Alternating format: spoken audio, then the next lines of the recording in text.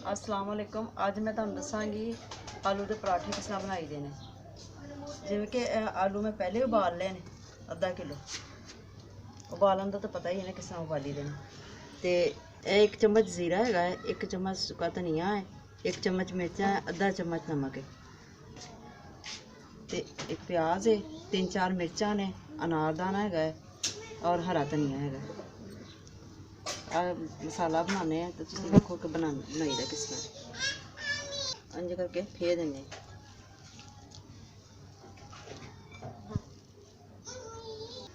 पा लेने मसाले।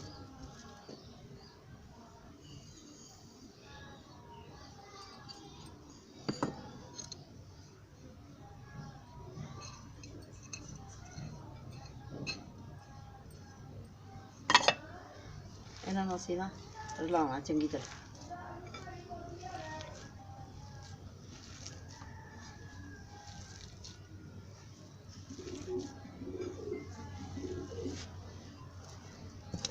धनिया भी ये पा लेना।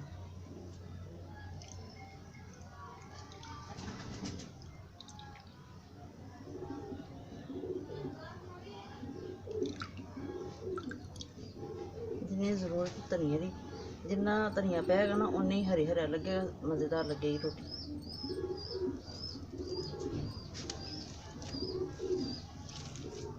इसे चंगी तरह ना मिला लेने।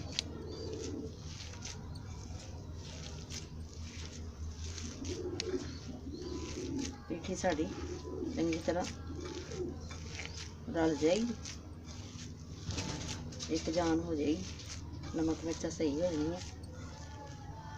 पीठी हो गई है साड़ी तैयार। तो इन्हू तुसी चेक भी कर सकते हो खा के। बहुत मज़ेदार, बहुत मज़े की बनी।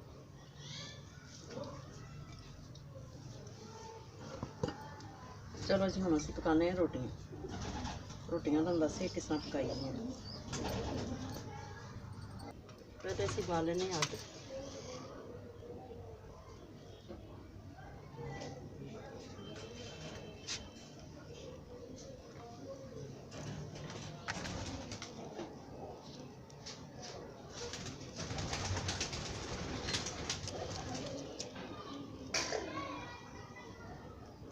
आगे साड़ी बल चली।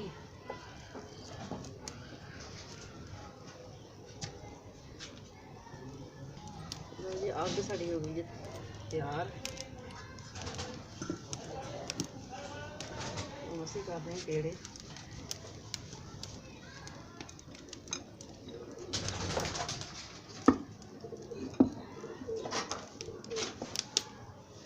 आटा असी पहले गुन लिया सी।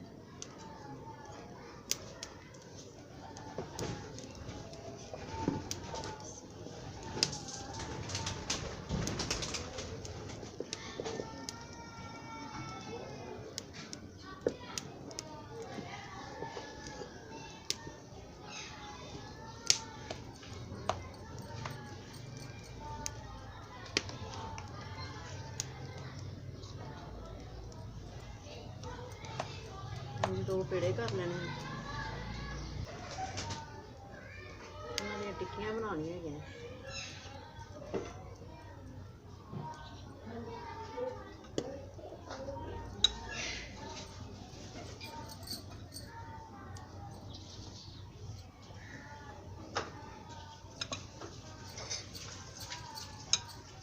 असीं 2 टिक्कियां बना लिया ना, ठीक है। हुण असीं पानी पी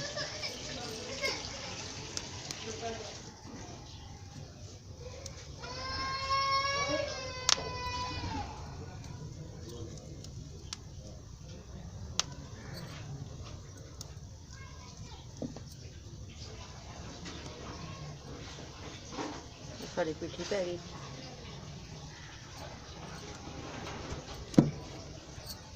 हुण असीं इहनूं इस तरह कर देना।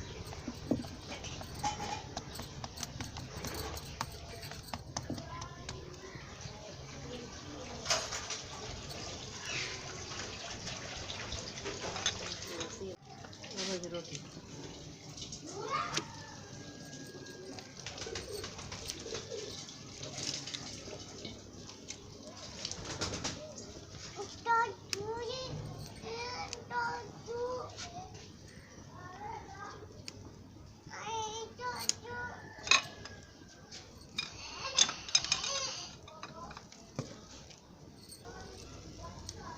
ਭਾਵੇਂ ਥੱਲੇ ਰੱਖ ਕੇ ਲਾ ਲਓ ਦੇਸੀ ਤੇ ਭਾਵੇਂ ਉੱਤੇ ਤਵੇ ਤੇ ਰੱਖ ਕੇ ਲਾ ਲਓ।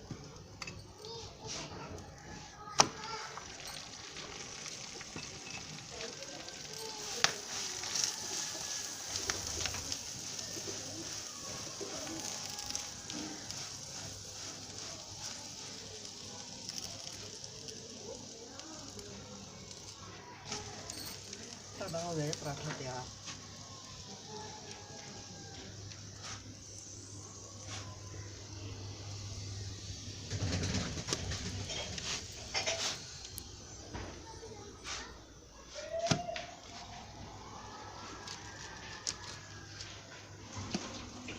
देखो कितना सोहना पराठा तैयार होया जी। तो तुसीं भी ना ट्राई करना। देखो कितना मज़ेदार आ रहा है। देखो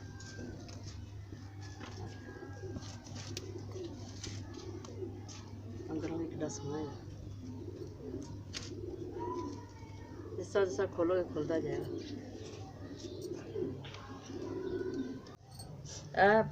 पराठा है जी रायता बनया जी। और इस मैंने दसना तुहानू पसंद आया तो लाइक करना, शेयर करना, सब्सक्राइब करना और मेरे वालों अल्लाह हाफिज़।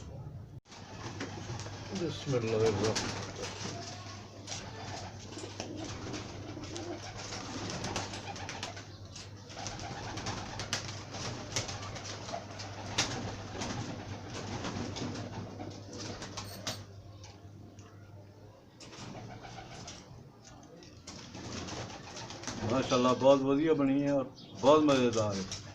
हर चीज़ अपनी जगह कायम है। मसाला, मिर्च, हर रायते च भी मज़ेदार मसाला पे है।